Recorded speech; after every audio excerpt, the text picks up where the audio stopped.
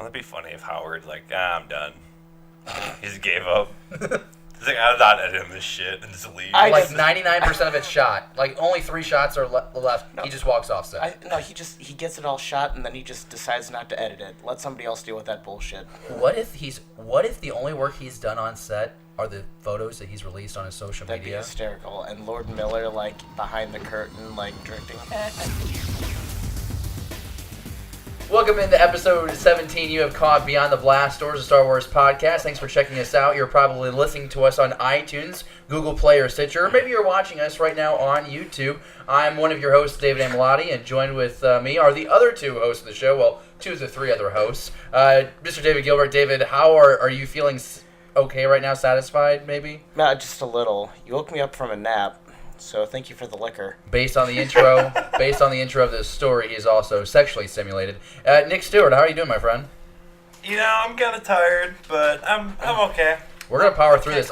Drink your Mountain Dew, punk, and you'll be fine. I already chugged one. We're going down number 2, and I got number 3 down here. That's impressive. And also, I'm really, really concerned for your innards. But I have to do laundry, so I gotta make sure I'm awake for a while.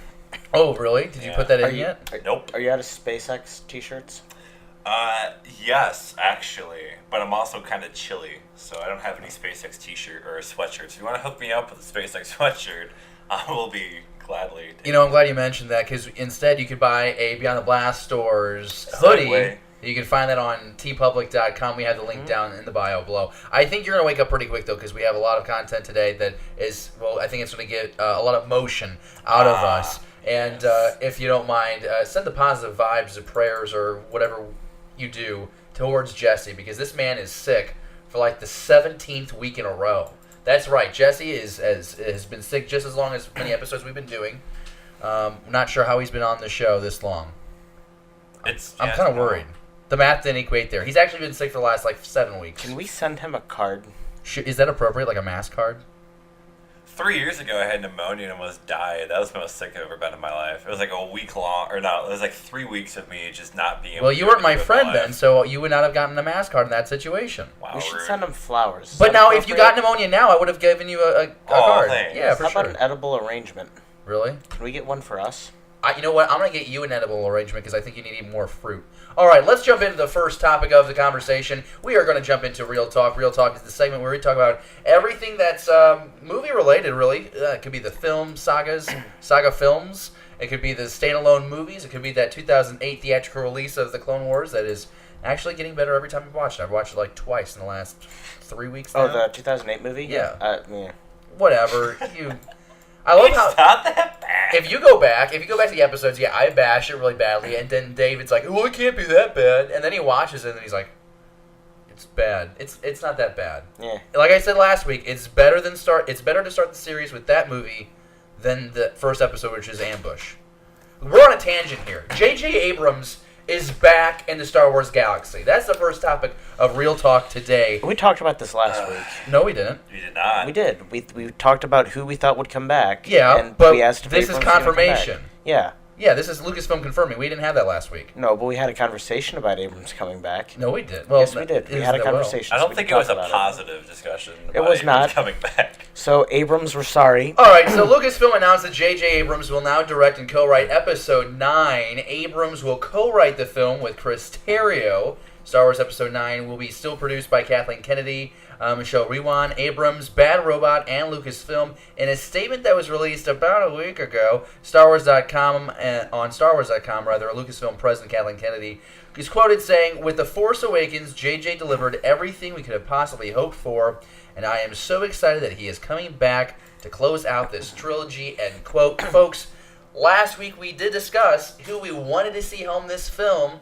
We also had an inkling of who it might be. David, I'm going to make you go second because you were a little bit of a jerk just a minute ago. So, Nick, yes. How do you react to this news that Disney, Lucasfilm, is going back to JJ to close out the trilogy? I can't wait to see Return of the Jedi Part 2 is what I'm thinking. Also, it's boring. I think it's a really safe option, and it makes me sad. Now, I get it, but it's too safe of an option to be fun. Now, when you say safe, is that just because we know we know the success that he had with Force Awakens, and so it's maybe like a guarantee that there's going to be a cash cow there. I mean, it's not going to be bad. I mean, we now know it's not going to be like a terrible movie, but we now know what the bar is, and we don't know I don't think we know exactly how far he can go from said bar, but I don't know. It just seems like a really just safe option, and it's just, I don't know. I'm okay with it. I mean, his like shooting, his cinematography, I love. I love his style of cinematography. So like, I'm totally cool with that. No one can shake the camera like he can. It's perfect. There were like a few scenes that in Force Awakens that were just like, oh, that's just Abrams at work right there. Yeah, the rest of the movie, other aspects that are kind of important to a film, I'm a little worried about, but we'll see. Well, one of the things that I think a lot of people are worried about is the script, because the script has been... that's the giant I'm trying to not. I'm just. Return of the Jedi Part 2. JJ is not known for being the best of writers, and that's why you get excited hearing Chris Terrio there, because Chris is responsible for Argo, the screenplay there that's won an Oscar. He's also responsible for the good lines in Batman vs Superman with Ben Affleck's Batman. Are we convinced about that though? Yeah, that's a fact. See, I'm not convinced on that. Convinced what? That it was good writing, or? Well, I mean, first of all, that movie was rubbish, but he wrote it with David Goyer, who gave us like awesome movies like Blade 2 and Batman Begins. Right. So Goyer knows how to write, but that movie still sucked, which means what changed, and that's Chris Terrio. So I think he's going to ruin this movie. Well, here's my thing though. The script is going back to like a page one rewrite, right? Because just like 3 weeks ago, we were talking about how they were bringing in Jack Thorne to help Trevorrow with the film. Okay, now we obviously know that Colin's no longer on the project, so you imagine that Jack Thorne is off the project as well. So no matter whatever they achieved on a script, that script is gone because JJ is going to want to write his own thing, and he's going to want Chris Terrio helping him.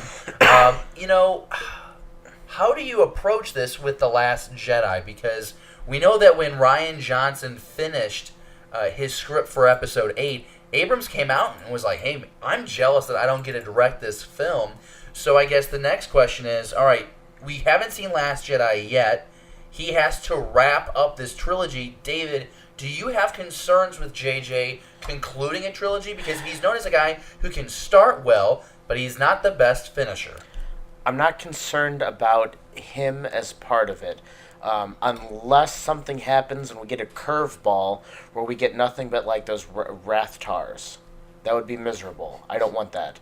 And if he decides to like have a Porg genocide, we haven't even seen them on screen yet, and I'm in love with these creatures. So like those are the two things he could do that would really turn me off of him for this movie.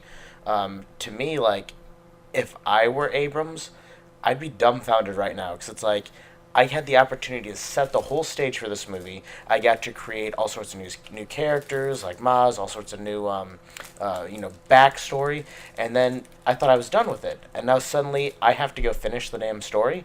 This is definitely a big project for him. Yeah, but I don't want to get out of hand here. JJ definitely said yes to this, and we know that Rian Johnson got asked first by Lucasfilm to direct episode 9. Yeah, whoa. But Rian Johnson got asked, and Rian Johnson turned it down, which you can't blame him, right? Because the guy for the last 2.5 to 3 years has been working on The Last Jedi. He's probably tired, probably wants to go take a vacation with the missus, and relax. And so JJ coming back in, JJ is will finish what he started, to kind of quote The Force Awakens, he started, he ends it, and I think he's earned that. I mean, you're talking about a movie that grossed more than $900 million domestically, more than $2 billion worldwide. I believe it's somewhere around, wasn't it $2.07 billion? Yeah. $2.7 billion? I think it's 2.07. The point being is, financially, he proved it. And even more importantly, I think from a fan perspective, the overwhelming majority of fans really enjoyed The Force Awakens. It's a good movie. It's got some similarities to A New Hope. But you know what? So did Phantom Menace. And I've gone back and I've really had to retract a lot of my frustrations with The Force Awakens, because I remember seeing Phantom Menace, and say what you want about the movie, I enjoy it. I think Phantom Menace is okay. And it has a lot of similarities to A New Hope. They blow up a Death Star in that movie too, if you think about it, with Trade Federation ships. So, I mean, I'm just worried that he doesn't close things out right, because he started Lost well, and he left before that thing ended. I don't know what you would call Cloverfield Lane. I didn't think that was the best execution of it. I didn't enjoy it. I left midway through the movie. I thought it was awesome. I Really? love that movie. I thought the movie was so good. The only 12 thing, Cloverfield Lane or whatever it was. the only movie that I have some faith in the scenario is he came back and really helped out Mission Impossible with the third one that he did. He directed that one, and a lot of criticism against 2 that it was horrendous. 10 So Cloverfield Lane. yeah, that's what I meant to say. I'm sorry. So I mean, I think like you said, Nick, it's the safe way to go because Lucasfilm, Kathleen Kennedy has been burnt already by these young up and coming directors. We were really excited in 2015 not only just to learn about The Force Awakens, but there would be these standalone movies that we would get, and they were going to seek young talent, young directing talent. Well, we had a couple hiccups there on the Rogue One movie with Gareth Edwards and having to get some additional help in there to work the reshoots. And we, of course, know the catastrophe that's become the Han Solo movie. And so it just makes sense to me after you bring in Ron Howard, like we mentioned last week, we said it here, we did say it here, that it would make sense to bring JJ back because you know what you're going to get with JJ. The That's standard, it's safe. you're gonna get at least this. And if he gives you this, well, that's even better. I think he's going to have to take risks with this movie. I don't think Episode 9 can be a movie like Return of the Jedi where you wrap it up and you have them singing in Ewok Village together, right? It's not going to be that way. There is going to be, hopefully, a lot of questions answered, but maybe there will be a big story arc left unanswered to queue up Episodes 10, 11, 12 a decade later from now. Mm-hmm. David, what do you think? I mean, I spent a lot of the last episode we did just really talking about other directors I'd rather see do this. Ultimately, I'm not disappointed that they've chosen Abrams, right? But he would not have been my first pick. So I'm more worried about Terrio as the writer, but hopefully, Abrams learned enough from Kasdan to not screw it up. I think the other thing too is Abrams will hopefully have listened to the criticisms that he got with Force Awakens because. He's acknowledged it too with like the final scene with Leia and Chewie. Like he acknowledged he made a mistake. So like I like to think that he's learning and he's learning the Star Wars culture. That I definitely think will be better in terms of like a reaching everybody point. And I like the fact he's kind of reacting to criticism. Right. We just have 2 more years until we can see those lens flares, and I'm kind of excited now. Yeah, and you know what? I think we really need to get behind JJ because he's our director, right? Mm-hmm. So I don't think this is a thing to be negative about. I think we're kind of surprised. I think we all wanted to hear the directing news and be like, "Oh yeah!" I kind of was like hoping for something just so unique, where it's like, "Wow, I didn't see that coming," or like kind of like something like kind of questioning, like kind of having an open like, "What will it be like?" A Jet Li episode 9. Because like now we know like what it probably will be like. We don't really have a lot of that mystery anymore that we have with other directors, like such as the Rogue One movie and this other thing that's coming out that we don't want to talk about. But it'll be interesting to see where he takes this Rian Johnson Last Jedi, which we get to see in a couple of months. Is he only the second director to do a multiple Star Wars movies? Other than Lucas, yeah. Because Lucas did all 3 of the prequels. Mm-hmm. And he did A New Hope. Yep. And then Kirshner did Richard Marquand. Or Empire. And Marquand did Return. Huh. Yep. Fun facts. Hey, what do you think about J.J. Abrams being picked as the director of Episode 9? Do you think it's safe like Nick said? Do you think it's going to be okay? Do you think it's going to be disaster? You got 2 years to deal with it. Let us know in the comments below if you're watching on YouTube. Or if you're listening, how about you tweet us later today and let us know what you think. The other part of this story, too, is the fact that because JJ signs on as director and co-writer, they've pushed now the release date for Episode 9 into December. And I think that's something that that is something that we discussed last week as well, is the fact that it probably should be moved to give them more time, appropriate amount of time to shoot that film. And JJ's that guy who wants time to shoot that film. You go back to Force Awakens, he had that date moved to December because he wanted to have 2 years to really get into the writing process, storyboard, and the actual production of the movie. So, and of course, with all the special effects that we get in a J.J. Abrams Star Wars. That's what I mean. I'm not worried about it looking pretty. I know it's gonna look amazing. But what would that story be? Yeah, that's the question. Because that's what we're always saying, right? With Star Wars, it's the story first. So I think we're pretty much on the same mindset here. Yeah, go ahead, move it to December. It worked out pretty well for The Force Awakens, right, David? I mean, more than $2 billion made by moving that movie to that December slot. Everyone was saying how Star Wars has to be in May. Well, It doesn't need to be. Look, not just the $2 billion it made in December, but look at Rogue One. Made more than $1 billion in that December time slot. It's not bad. Actually, what I'm looking at online right now is how much money they each movie made. You know what? David, do me a favor because I don't want to misquote the price. Can you find out for me how much Lucasfilm, or I'm sorry, Disney bought Lucasfilm for? It was like $4 or $6 billion. And if you think about it, with the two movies that they've already produced, more than $3 billion, and that's not including the merchandise. $4.05 billion, half in cash and the other half in Disney stock. Disney will literally make back the acquisition in 3 years. That's insane. That is ridiculous. And George Lucas could not care less. Let's jump to the next topic in Real Talk. Having a great time. Love the conversation. And again, be sure you let us know what you think in the comments below, or tweet us. What do you think about the move in that release date? Now, Rian Johnson, and this is a story thanks to the good guys over there at StarWarsNewsNet.com. They are the best aggregator of Star Wars content on the internet. They always supply us with a lot of really good stories. Rian Johnson was in Tokyo recently promoting The Last Jedi. And according to a tweet, he's released a few things. One where he says how he really enjoyed his work on The Last Jedi and how it was a dream come true. But he reveals that Joseph Gordon-Levitt will now be in The Last Jedi. Obviously, that's a new piece of information, but that work was probably done months and months ago, right? Because the movie is done. Guys, what do you think about Joseph Gordon-Levitt coming into the Star Wars galaxy in The Last Jedi? David, let's start with you. We know that it's a voice work that Joseph Gordon-Levitt did for the movie. So, okay, hear me out on this one, because this can anytime he starts off with that, we're about to go on a some roller sort of coaster ride. tangent of Hail Mary, so South Park. George Clooney really, really wanted to be a voice on South Park, and so Trey Parker and Matt Stone made him a dog. So what if Joseph Gordon-Levitt is the voice of the Porgs? I don't think that's going to happen. No. I think that's a real stretch. It is a stretch. And a misutilization of that person. I'm okay with it. I mean, it's not a surprise to me that he's in this movie. Johnson likes to work with the people that he's done work with in the past. Yeah. And they did Looper together, which is a phenomenal movie if you haven't seen it.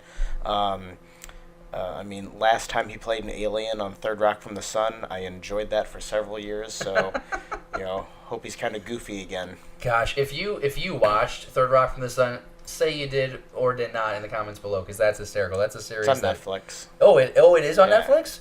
Oh, I need to go back and watch that. That's something I watched in like the late 90s. Oh my god, John Lithgow was amazing. Oh my gosh, that was French pretty Stewart, cool. it just The mom was pretty cute, if I remember correctly. Hey, Nick, here's my question. I think it's cool because I'm a big fan of Joseph Gordon-Levitt, but does it take us out of the theatrical experience, the movie experience of Star Wars, when we see an actor that recognizable? Because you're talking about a guy that's known from Dark Knight Rises, Looper, like we mentioned, several other films within the last 6 years that makes him a prominent actor. I don't think so, just because it's a voice role, not so much a visual role. That I think when you're listening, you'll be probably more intrigued in the movie as opposed to like recognizing a face. I think more so you'd recognize a person from like a facial thing as opposed to like their voice, unless it's like a really distinctive voice, which I don't think he has that much of a distinctive voice. So I'm not too worried about that. I think whatever. Every director has their guy. You think of Scorsese with Robert De Niro and Leonardo DiCaprio. Spielberg had his guys. J.J. Abrams has his neighborhood friends that he likes to cast in his movies too. And of course, with the Beastie Boys references. Like every director, I guess that's my point, is every director has their thing they try and connect all their movies with. I think if you can connect all your movies with Joseph Gordon-Levitt, you're doing pretty well. So a pretty cool reveal, and it's really cool to see that that Rian Johnson is enjoying himself on the tour for The Last Jedi. This just kind of proves another point a while ago that I think it was just last episode we talked about how the actors got to be so respected where something like this, a well-known actor, we're less than a few months away from release and we had no idea this dude was even in the movie. Like, how good are they at keeping secrets from getting leaked from this movie? It shows, I think, just so much trust and, like, love for the director. And I'm so excited to see this. And it's only going to get tighter on the leaks with Episode 9 with J.J. Abrams because we know we weren't getting anything out of that camp. Yeah. We got spoiled. We're getting spoiled right now with Ron Howard on the Han Solo film. They got to do something to keep people... But Abrams had a lot of leaks on his set, too, compared to Johnson. There are a few. I don't know if I would agree. I don't know. Like, has there really been I think footage, yeah, we haven't seen a lot of, but we're getting information.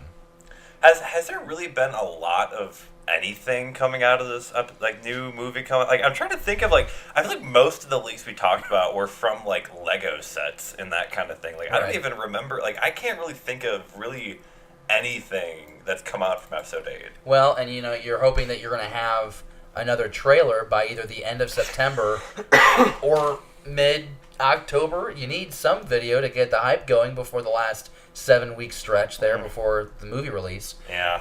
But, here's another person that I'm really happy to talk about that is in the Star Wars galaxy, Paul Bettany. Thor, by the way. I'm sorry? Thor. Is that the next Marvel movie that's coming out? Is that in, like, October or something? November 4th. November 4th? Probably with that, then. Oh, man. I hope it's sooner than that. I think that's going to be it. I mean, there's really nothing else that would scream to me as a time to release it. The only thing I can think of is they tie it in with the NFL at all. That's the only thing I can think of. Sunday Night Football or Monday Night Football, or it wouldn't be Thursday Night Football. It would be the smallest audience. I won my fantasy football game this weekend. You won it? Yes. Nice. What's your record? I don't know. Nice. How do I figure that out? I'll pull up the app when we're done with this. Paul Bettany, like I mentioned, is now in the Star Wars galaxy. This is something that's been developing over the course of the 3 weeks. Because we didn't report when he announced that he was on set, but we will announce it that he has wrapped his shooting for the Han Solo movie back on Force Friday, which was September 1st. Howard tweeted a photo of him and Paul saying that he had joined the cast and that they were shooting. Okay, fast forward like 2 weeks later, another photo from Howard's social media account, this time saying Bon Voyage, because Bettany's shooting for the film has concluded, and we're not quite sure what character that he would be. You would assume something comedic because of his skill set. Let's do a random trivia question of the show. Guys, guess my favorite Paul Bettany role. Jarvis. No. Vision. No. I don't know. Jarvis. It's called The Knight's Tale with Heath Ledger, and Paul plays a writer, and he's really great. It's just the funniest thing ever. You guys have never seen the movie? A Knight's Tale. No. People keep telling me I should, but I'm not a big Heath Ledger fan. Wow, it's fantastic. If you haven't seen it, if you've seen it, comment below and tell David why he needs to watch that movie. It's awesome. So here's my thing, is that 2 weeks ago we talked about Michael K. Williams, his character being completely removed from the story. Nick, do you think that this is a case where Paul Bettany's coming in to kind of like be that character, or do you think this is a new character entirely?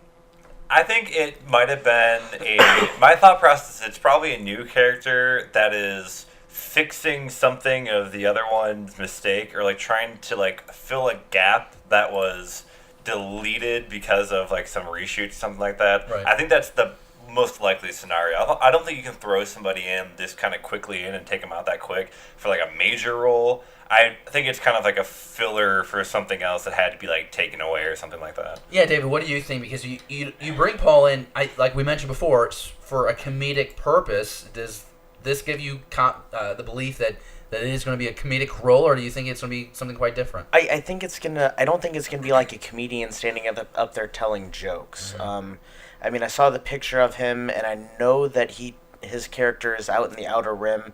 And do we know where Canto Bight is yet? I don't think I know. I don't think we know yet. Just with the other roles I've seen him in, and the voice that he has, and the way he talks, I could see him being like some sort of butler on Canto Bight, catering to these rich people, the rich scum and villainy of the galaxy. So I could see something like that happen, but I don't think we have enough information yet. Yeah, well, it'll be interesting to see what happens with that character, just based on the photo that we see. And if you haven't seen this photo, we have it on our social media. If you're watching on YouTube, we have that photo now up there for you. That belt and the pants makes him look like another space pirate to me. See, now, as a nerd, my question is, why isn't he in Atlanta with the rest of the Avengers cast filming Infinity War Part 2? So he never really served that huge of a role in the movie. So Yeah, he was kind of there, but and they probably could have scheduled it for him to shoot his stuff at a later time. I think Thanos got his hand on the Infinity Gem in his forehead, and that's why he, All right, so what we're going to do is we're going to save this moment of the show for later, so that way when Infinity War comes out, we'll repackage we can say this. that we called it. Yeah, we'll say we called it. Mike, can I drop my... I don't want to drop my Don't mic. drop that mic. We have the cheap ones over there. Okay. See, because we're a Star Wars podcast. And a little bit of Marvel. All right, cool. So that's going to wrap it up for Paul Bettany. They're all the same company now, though, so... Well. Yeah, I mean, it's all owned by the same monster, right? We actually do like Disney because they're keeping our childhood alive. I'm not complaining. Yeah, I'm pretty happy with it. The last topic... I'm content. The last topic for Real Talk is something that I think we're all excited about, and I hope you're excited about too. In fact, if you're excited about the upcoming 4th and final season of Star Wars Rebels, comment down below and tell us what you're most excited about in this 4th season. Really, you look at the 2 trailers that have come out for this series, they're both exceptional. We now know the name titles of the first 6 episodes they're going to drop in. This is also, there's a source that I Jedi Bibliothek. I probably am pronouncing that incorrectly, but the good guys over at StarWarsNews.net brought some of this information together. So we're going to give them the credit. They have an additional source you can find on their story. But episodes 1 and 2, Heroes of Mandalore, part 1 and 2, is October 16th, 2017. Episodes, you're fine. Spoilers. Do we need to put the spoilers? I just started. Spoilers? No, it's been more than a week. But I don't think the name title 2. is going to give anything away. I can't hear you. What are you saying? Well, no one at home no one can hear the first 2 episode names anyway because you're coughing right in the mic. Well, I'm sorry. We'll cough that way. It's okay, Panda. You can pull out your ears. You're gonna. It's Is not he telling me I can pull out my ears? Oh my gosh, this is ridiculous. All right, so episodes 1 and 2, Heroes of Mandalore. That's a 2-parter. October 16th, 2017. And what's cool about this is we're getting 2 episodes a night. So not just one 20-minute. We're gonna get 42 minutes. For the first 3 weeks at least, and I'm assuming this is going to be a trend that we get the rest of the season. But episodes 3 and 4, In the Name of the Rebellion, 2-parter. Episodes 5 and 6, The Occupation, and Flight of the Defender. Those are on October 30th. I think there's a lot you can speculate on the titles of these episodes. I'm sure Jesse's at home right now cuddling himself into a ball because he would love to talk about what the Heroes of Mandalore episodes could possibly be about. He probably already has like a novel written about his theory for this upcoming has like an alternate reality. I feel like he has a shrine to the Duchess Satine in his closet made out of like chewing gum. Oh, like from Hey Arnold? Uh-huh. That's awesome. That is a great 90s reference. Yeah. Jesse, we're only picking on you because you're not here. Yeah. So get better back. so you can join us. We even got rid of your chair. It's over there now. David, you're on the fast track to get caught up on Rebels before the Season 4 opening night. So you're on Season 2 right now, but you have watched the Clone Wars, so you do know a little bit about Mandalore. Yes. Is that the combo that excites you the most, or do you think that there's other episodes in this first 6 grouping that you're really looking forward to? I'm really, well, I mean, I don't feel like I know enough about what's going on for the other 4 episode titles to really have a whole lot of meaning for me. So the Mandalore ones are the ones that most excite me. I gotcha. Well, and I think that's fair too because we got so much exploration into that culture in the Clone Wars. We got quite a bit in the last last season, especially of Rebels. Here's my thing: we got to see Saw Gerrera at some point, right, Nick? And I'm thinking that either In the Name of the Rebellion or The Occupation. It sounds like it's going to be something. Is it maybe Jedi related? That'd be kind of cool. That'd be interesting. I don't know. That'd be kind of cool. I don't know. You gotta think they'd probably do that at some. Yeah, I mean, it'd be definitely later on. I don't know at what point you would do it. 'Cause, I mean, In the Name of the Rebellion sounds like it's gonna just be a badass 2-parter. That just sounds like a real intense Someone like, could battle. die. Like that sounds real intense. Mm-hmm. The Occupation sounds like it's going to be a fluff episode, and then Flight of the Defender, I think, sounds like it's something that would lead into episode 7. I don't know. I don't think there's going to be room for fluff episodes in this season because they're cutting it down from 21 to 16 episodes, I believe. And I don't maybe like 18. I mean, I don't even know why are we doing 2 on the same night then? I don't know. Give us a whole story. Yeah, I'm fine with it. They're almost kind of going the Netflix route, just throw everything at you at once. I mean, not that to that extreme, but I'm okay with that. Yeah. I kind of like the wait. I don't know. It kind of makes it more interesting. But I think that weight is also why with 21 episodes they had those random, that's why you had space whales and a singing robot in space. You have these moments that are definitely for the kids, but sabotaging the story. What was the Clone War story arc with the little tiny guy that led the 5 droids and... Oh, yeah, I don't remember his name. That was awful. Yeah, that was rough. Weebo something, I don't remember. That's incorrect. If you know the answer to David's question, please answer in the comments below. So it sounds like this is going to probably wrap up right around the release of episode 8 then, huh? You're talking end of October with 6. Well, those are the first 6 episodes. October 30th. 10 more over about, 6-7 weeks? Maybe that's where we're going to get our trailers at the premiere of Rebels Season 4. I don't know. That's such a niche place to do it because that's only on Disney XD, So I don't think they're doing that. They're also going to push the I think the airtime now moves to 12:30 in the morning for Clone Wars. Really? Yeah. So it runs on the Monday morning. Interesting. David, can you look that up and verify that the new what am I looking up? The new airtime for Star Wars Rebels Season 4.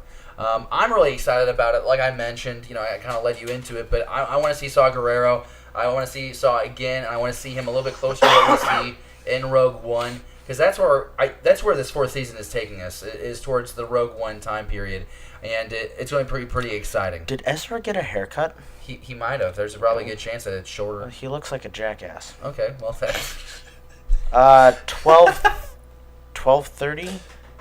No, new episodes. Now premiere after midnight on Monday mornings at 12:30 a.m. Is that Eastern? Then the new episode will air repeatedly throughout the day at 3 a.m., 7:30 a.m., 5:30 p.m., and 9 p.m. Is that Eastern, Central, Pacific? On Mondays, it doesn't say in It this just says article. midnight, so maybe it's just midnight for the respective region. Yeah. All right, we'll roll with that. If you have a more specific answer, feel free to include that in the comments below. If not, we'll just update this information in the comments below ourselves, or we'll just save it for next week because you know what? At this point, we're going to be recording a new episode in 3 days. So that's just the beauty of what happens when 3 guys are traveling and they have to somehow get into the kitchen studio. All right, that's going to do it for Real Talk. Real Talk was crammed with a bunch of exciting information, but it's nice to know that there's always going to be Star Wars to talk about. My goodness, J.J. Abrams home in the movie, new Rebels episodes. It's a good time to be alive. Welcome back, and J.J. be a Star Wars fan. That's right. Pages, Pixels, and Pieces is the next segment of our show, and we are going to be talking about some Star Wars Battlefront news. Grab this from PCGamer.com. And what the news is that Battlefront has now been out for a couple of years, that 2015 release, and in the light of the second game coming out later this year, looks like there's a good deal for fans out there to pick up the Season Pass for the first game because right now it is free on Origin. The Season Pass, normally $20 in that ballpark, is part of Origin's On the House program right now, meaning that you can get it for free, but you'll obviously have to own the Star Wars Battlefront game to play it. Which it's a brilliant way to sell copies. I know I have no intention of actually buying it just to get. Is this 2 years too late, Nick? No. I mean, I think for people that may have bought it and felt like they got the cheap end of the stick and didn't like the game, okay. I think it's a little bit of an apology almost. Okay. Although, with that said, I have so many games that I've gotten for free through like the Origin on the house thing. I've never played any of them, but I always just get them because like maybe there's that one day that I'm gonna want to play this really random game. Right. Mm-hmm. But yeah, it's a good way to maybe try and get people to be like, well, maybe I want to buy this game just to prepare for the upcoming release. It's not a bad strategy in terms of selling copies. Very cool. I know for me it's appealing because I didn't get that 2015 release. I know that David, you've played it a couple of times, does this encourage, when you hear that you get the Game Pass for free, does it encourage you to want to go out there and buy that copy, or are you just going to wait for Battlefront 2 to come out? No, because I don't have a system that'll play it except for PC. So. Well, your boss has the station that you need. Yeah. Why don't you? You're not gonna mooch off him, huh? I think he already has it. Do we need to just go in and buy a PS4 so we can play Battlefront 2? We're playing it on PC. No, wait, we're doing PC, right? Yeah. Duh. Okay, my bad. I always make that mistake, and there's Nick to quote PC Master Race. Okay, well, it seems like that's all that is really need to be said about that topic. Now, I do want to mention the fact that we were going to have a second Battlefront 1 story. No, Battlefront 2. That's the game that's coming out. A lot of leaks. In fact, the leak is the entire package you get when the game launches later this year. A lot of spoilers. Leaks with this game have made some of us a little uneasy about how much information we really want to share on the episode, because if you share too much of the leaked information, then EA comes knocking on your front door saying, take down your content. So what we're going to do is we're going to provide you that link in the description below. Shove it on them. Yeah, just so if you want to check it out, that's fine. There's, like I said, it's a lot of spoilers, so don't want to ruin it for you. I will tell you this: it's worth reading if you're a nerd to the point where you want to know the vehicles you can be in during the game, because that's what I got excited about. I love the Imperial vehicles that we get to control. We get a lot of Clone Wars vehicles that you get to control. Yeah, baby. So that should be a lot of fun. But I want you to go ahead and you can do that on your own. But like I said, we just don't want to take the risk, because if we have to take down the entire episodes, that's a real buzzkill. Next thing on our list on Pages, Pixels, and Pieces is, oh my gosh, I'm so excited about this. 40 stories celebrating 40 years of Star Wars from a certain point of view. This was a canon book that we told you about 2 months ago, that it was announced with a whole slate of books. We found out about this when we learned about the Phasma novel, when we learned about the Leia novel from Claudia Gray. And Lucasfilm, within the last week, has been able to reveal 26 of those 40 stories, and each story is told from the perspective of a background character from A New Hope. They're all happening in that time of A New Hope, and it's the third-party perspective. It's our perspective, basically, from watching the movie, and it comes out in October, the book does, so make sure you keep a lookout for this book when it releases. A couple images of it already circulating on social media. David, you took a look at this, and I'm goodness, stoked. When you see the list I'm so of excited. writers, a lot of comic book writers. Yeah. Gary Whitta, you have Greg Rook on there, Kieran Gillen, who did the 2015 Vader run. That's pretty much what he's that's his big title in the Star Wars world. Did you see Paul Dini on the list? Paul Dini, the guy who created Harley Quinn, is going to do a Star Wars story about Boba Fett, right? Yes, and Boba Fett. He also did Freakazoid, which is like my favorite childhood TV show, and Tiny Toon Adventures. I mentioned it before, a lot of comic book writers, but you're also getting a lot of the Del Rey writers. Chuck Wendig is on there, Alexander Freed. Christy Golden, I yes. saw her. She's done a couple books. Delilah Dawson, who her Phasma book is right here. Is it? I think it's over there, yeah. Oh, great. So if you're watching the podcast, that all made a lot of sense. If you're listening on iTunes, I'm so sorry. I'm freaking out. I will save Charles Soules for me, because that's the one I want to talk about. But David, I think there were like 15 of these that really jumped out. So give us a couple that you were really interested in. So the first one I'm really, really excited about is a story about Mon Mothma. Okay. And I wouldn't have thought that I'd actually care about it until I read the tagline, the synopsis for this. And can I read it? Yeah. Okay. So it says... Spoilers are still up, excellent. by the way. Mon Mothma can't actually see the future, so she used to know people who could, but the last of them is dead now, too. And that just, I want to know more about this. What was her relationship with the Jedi? Is it Jedi? Well, I don't know. Are all the Jedi dead? Who else can see the future? I don't know, but... So, this takes place around... A New Hope. A New Hope. Yeah. So, this could be... Well, in fact, the other one that really jumped out at me follows Obi-Wan in the moments of his passing, where the synopsis is, "My name is Obi-Wan Kenobi, and I'm dead. I know that sounds crazy, old Ben with his crazy stories, but this isn't crazy. This is happening. At least I think it is." Huh. So, that could be really badass to see what happens in the, afterlife, or in the passing moments, or... I didn't mean to cut you off. I do hope that these stories don't degrade the caliber of characters that they highlight. When you read that description for Obi-Wan, I don't hear Alec Guinness saying that verbiage that way. Mm-hmm. And so I guess what I'm hoping is these stories are true to the characters that they're portraying, and they don't kind of degrade them, kind of like how I feel Forces of Destiny episodes did with their characters. Oh. You know what I'm saying, Nick? Yeah. It's like I don't want these characters cheapened. It's a really cool concept. 40 different stories from the time of A New Hope. What do you think about this? Charles Soule is our boy from the Darth Vader series that is happening right now. He is doing a story on Lando and the Millennium Falcon. I don't need this. Nick, well, how do you feel about it? I don't really care. Oh, okay. It is what it is. Do you care more about, what about the story of Tarkin on the night before the Death Star is destroyed? That one's pretty legit, and I think my favorite one is Born in the Storm. Okay, which one's that one? It tells the story of a stormtrooper and his dewback. The bear... I'm sorry. The text is, the barracks are on the outskirts of town, closer to the endless buried infinity of wasteland festering with sand people, banthas, and millions of other ways to die. Also sand. All the sand ever. I don't like sand. It's coarse. It's everywhere. No, that's awesome. I think that's a stormtrooper and his dewback. I think that sounds like a Star Wars romance novel. I'm really excited for that one. But like it's on the bottom shelf at Schnucks. one thing I wanted to add is that Halo did. I always try and tie things to Halo when I can. Halo did something like this. They had a series of books, a book that came out with a bunch of shorts called the Halo Evolutions. Okay.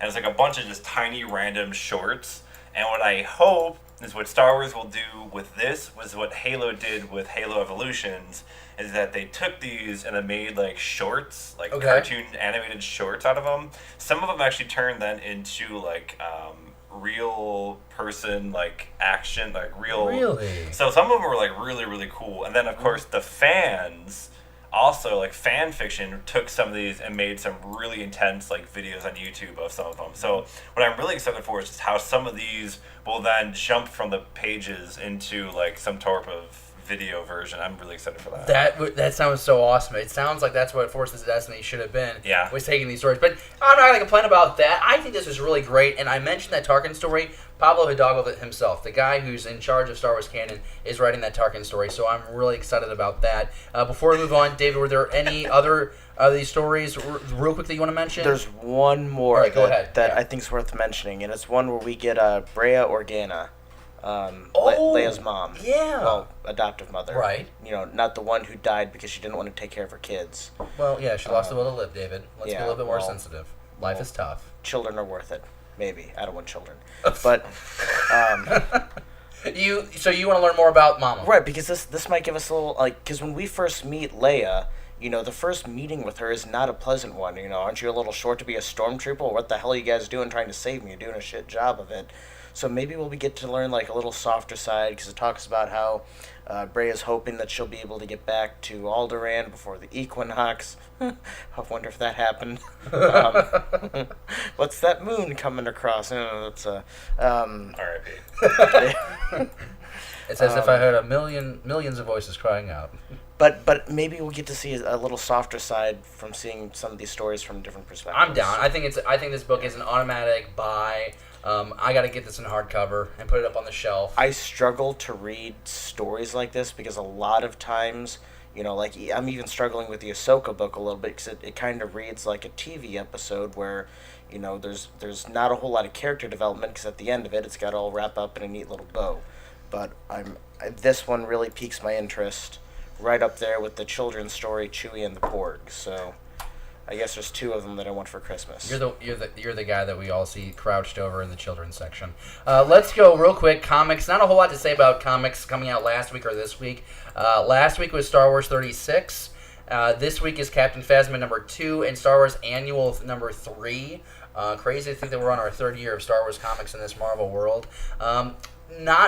I don't have an opinion on any of them. We've talked about Phasma, the first issue, a couple weeks ago, and we basically just said, you know, it's like visually it looks really cool, but it's just a lot of text, and it's not the Phasma story that we want. We want more of an origin story to appreciate her more, not this kind of like shoehorned explanation of how she escapes Starkiller base from blowing up. So kind of interesting to see. We'll read the second issue that comes out on Wednesday. That's September 20th. So pick that up and let us know what you like. If you like any of these 3 series, let us know down in the comments below. I'm at the edge of my seat for Darth Vader number 6 to drop. That's going to do it for Pages, Pixels, and Pieces. Let's jump into Stash It or Blast, the third segment of the show. And we are going into light speed, boys, because, it's getting late. Hey, so we got a story thanks to the good people over at StarWarsNewsNet.com, and we now know that there are going to be not only... Drum roll, please. Not only are we going to get 8 more Star Wars Forces of Destiny shorts this year, but we will also be getting another 8 episodes in 2018. Nick, are you excited about 16 more episodes of Forces of Destiny? Who cares? He asked me. Who cares? Well, yeah. They weren't the worst thing in the world. They weren't, great, but, whatever. I'll take them. I'm not going to say no to free content on the internet. That's true. Here's my thing, David. I think if we rearrange all these episodes, I could see myself enjoying them a little bit more. Maybe I don't want to skip from, Chewie cowering behind Leia to Satine and Leia teaming up somewhere else. It's With like... the Ewok. None of them really felt like part of character for me. Jyn Erso's not selfless until, the movie's almost done. Why does she care about a kitten and a child? That's so true. She was so flat in that movie.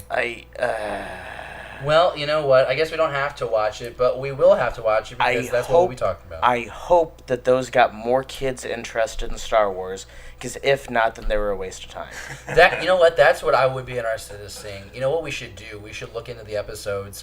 Well, this is going to be our homework. We're going to look in and see the viewership, like the number of clicks that these things got on YouTube, and just see how many people watched them. Because from start to finish. Well, I don't even know. Did it retain the? Well, I don't know about going into those analytics, but here's my thing. It's for the most part, parents are the one finding these clips for the super young kids. But it'd be interesting to know if 11 to 18-year-olds are checking this stuff out. I'm looking at the viewership for each one right now. Is there a way to figure out the demographics behind it, or is that something that there's a lot of people who downvoted that.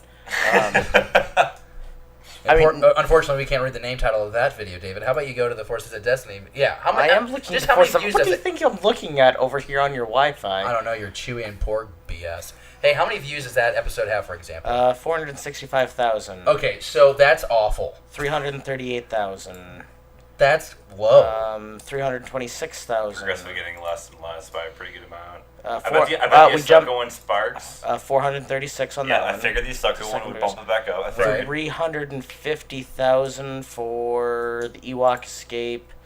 One of the trashy BB-8 ones is 366,000. So none of these are cracking 600,000 views. Not even close to a million. Well, okay, here's one that's 952. This is... Is that the first one? Sands of Jakku, was it the first one? Yeah. In this, yeah, okay. Which would make sense. So it went from 1 million to the very next one down to 400 and something thousand. What was the second? Was that the one?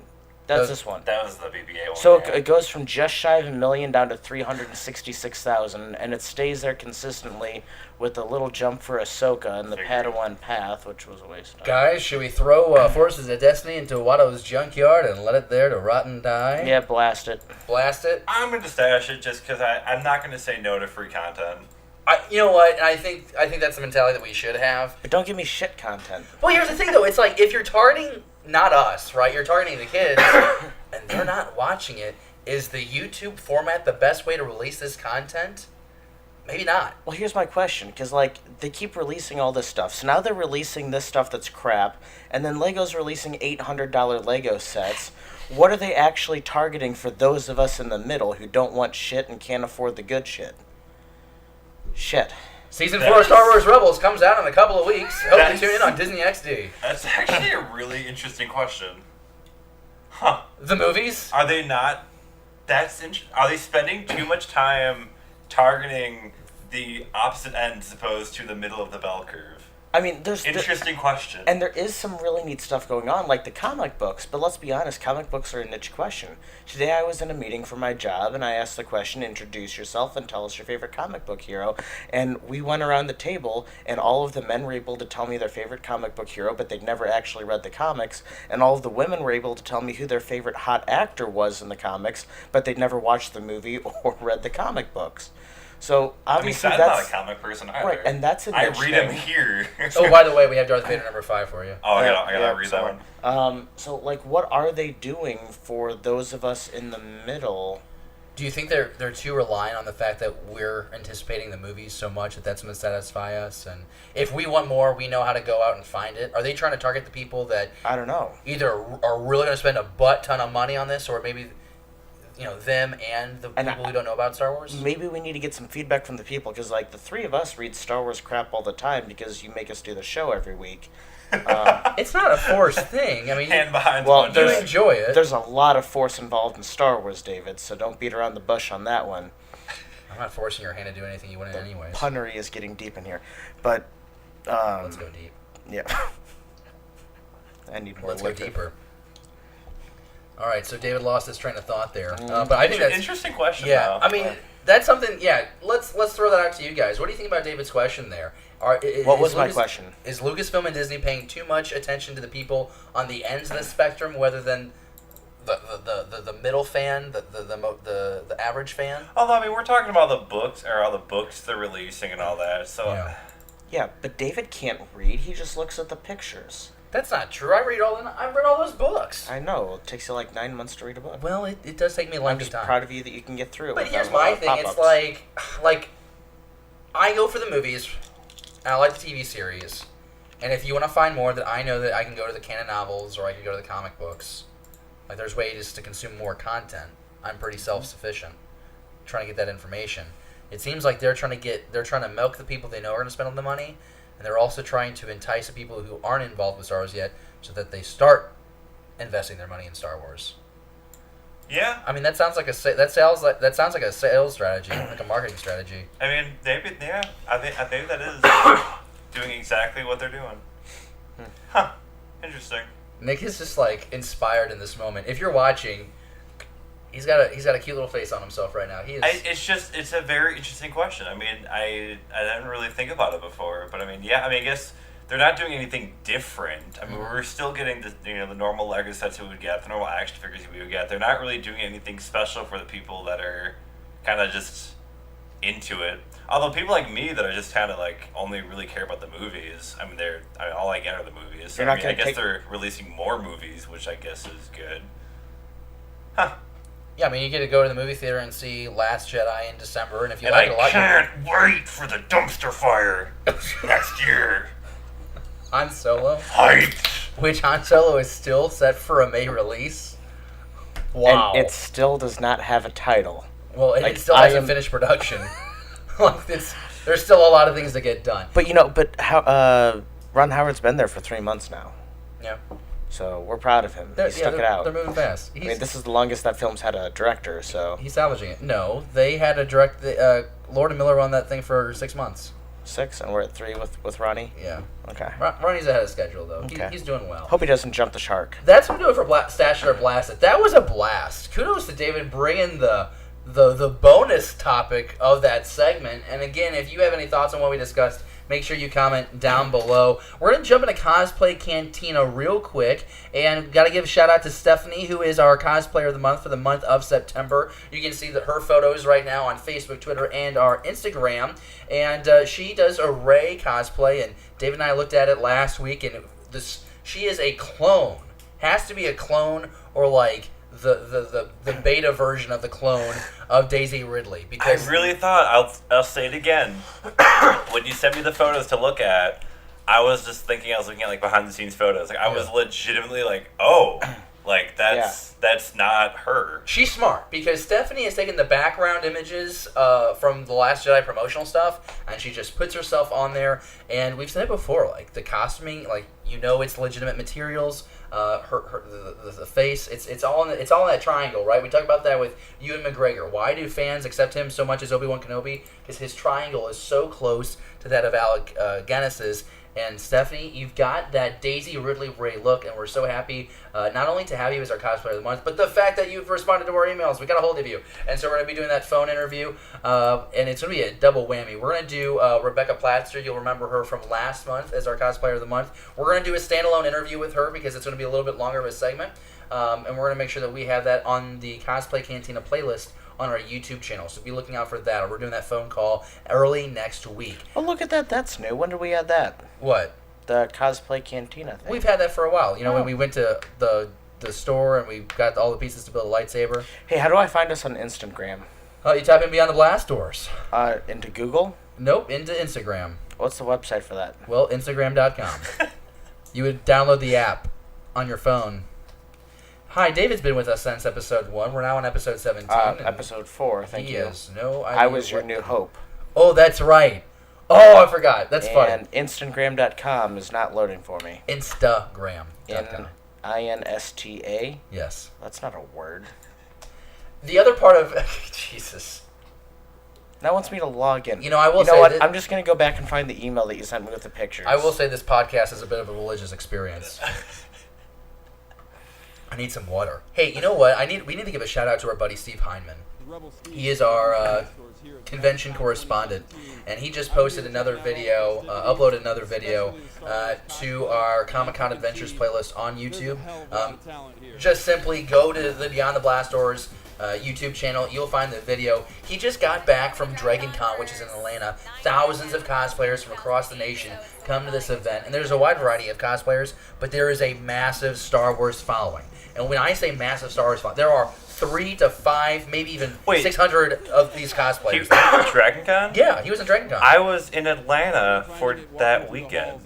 Because that's when I was covering the football games in Atlanta. Right, well, I was going to suggest you meet up with him, but I knew you were busy. That's funny. I didn't know that. Yeah, Steve was there. He did a killer video. It's only 2 minutes long, but I'm going to ask you to check it out because he talks with some 501st cosplayers, part of the 501st Legion.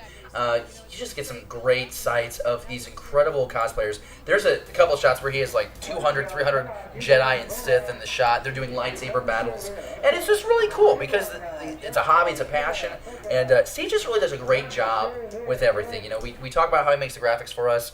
He's now our correspondent at these Comic-Cons. He goes to a Comic-Con at least once a month and does great work. I was, know how like ESPN for football, they had like the game day? Yeah. So I was there for the game day. I was shooting some video for the game day event.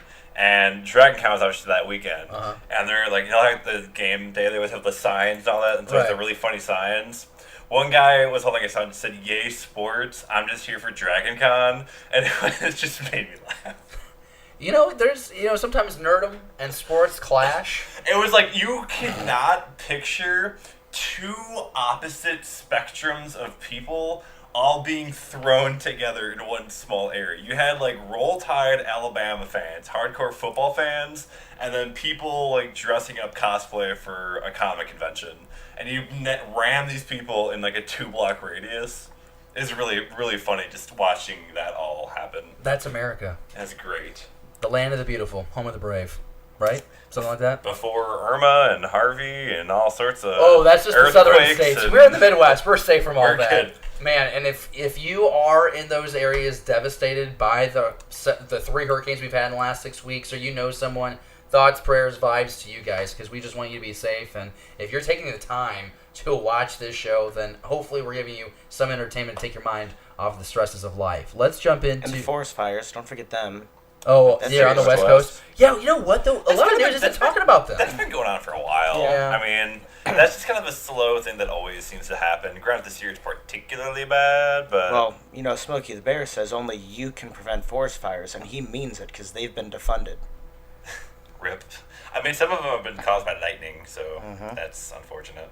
But one of them was started by fireworks by some, like, 8-year-old kid. What a moron. What a jackass. Somebody needs to spank that kid. He's probably arrested. Remember at home, it's discipline. In public, that's abuse. All right, so let's jump into the next segment right now.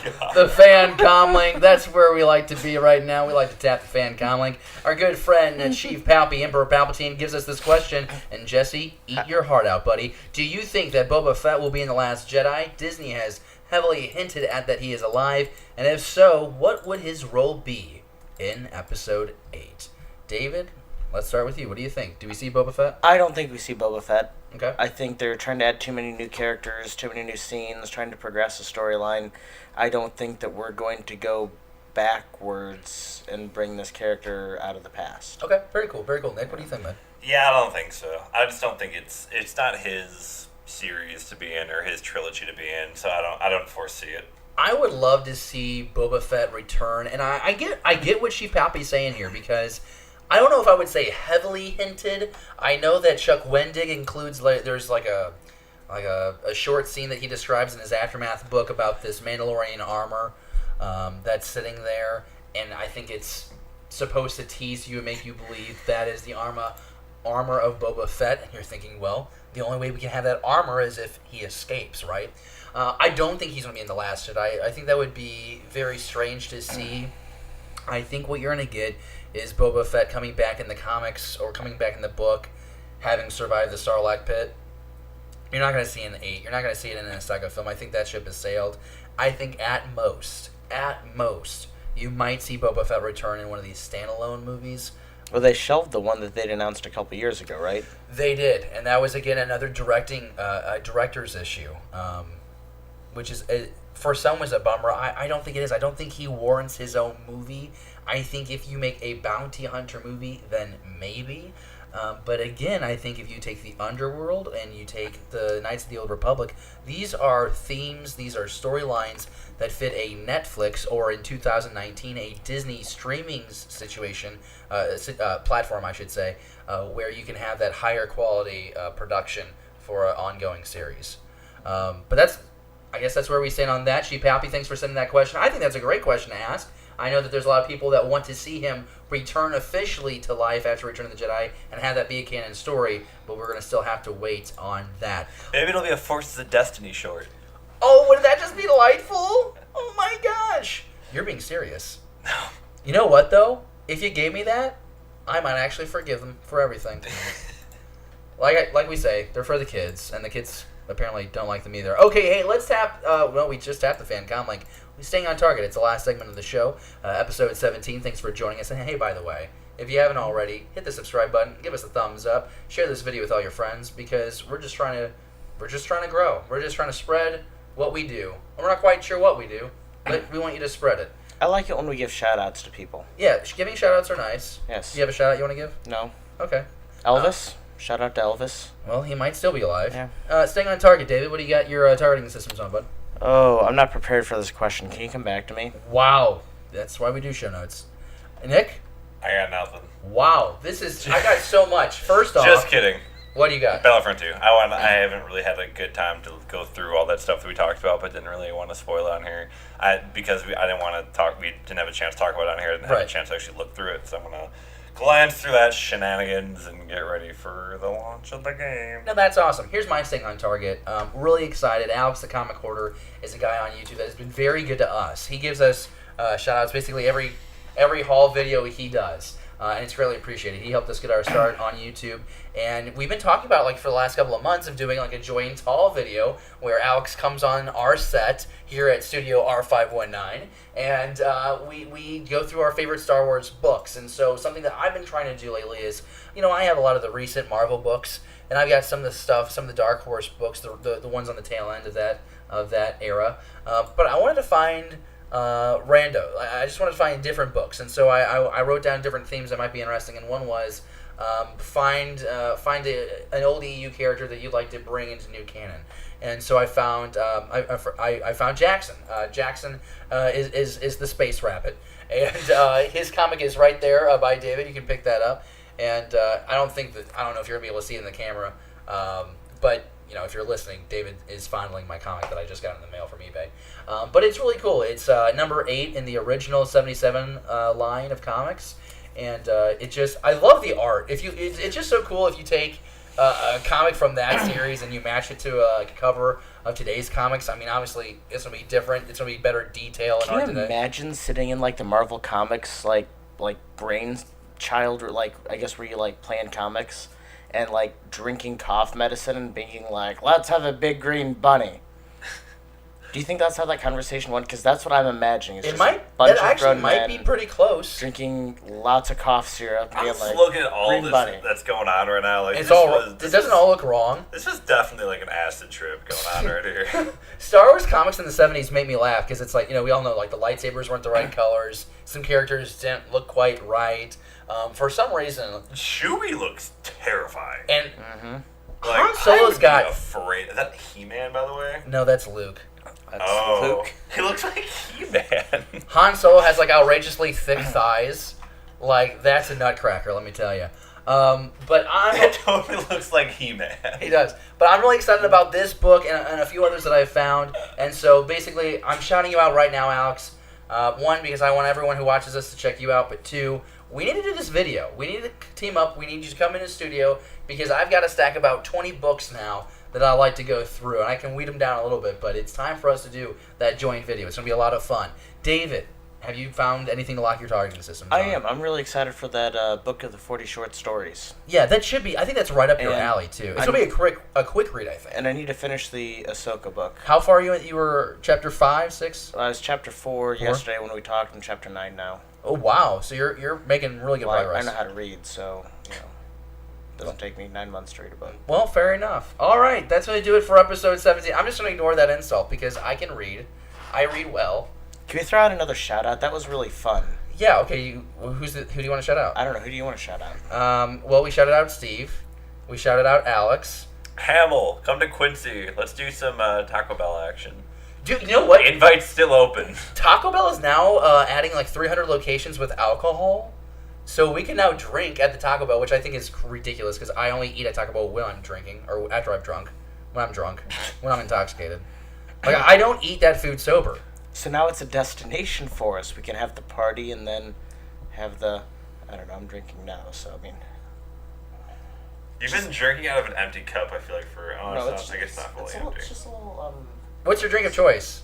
This is Malibu Caribbean rum with coconut. Okay, well, they don't sponsor us, so stop right there. Oh, okay. But if Malibu, you'd like to sponsor us, be sure you hit us up, beyondtheblastdoors. I'll wear your logo. Yeah, If I'll wear you that want to learn logo. more about this product, you can visit responsibility.org. Okay, well, that's going to do it for episode 17. And we want to thank you for watching and listening to us. Like I said at the beginning of the cast, you can always listen to us on iTunes. We dropped that episode there. We tried doing 2 parts. I think we're going to go back to just releasing it all as one big episode.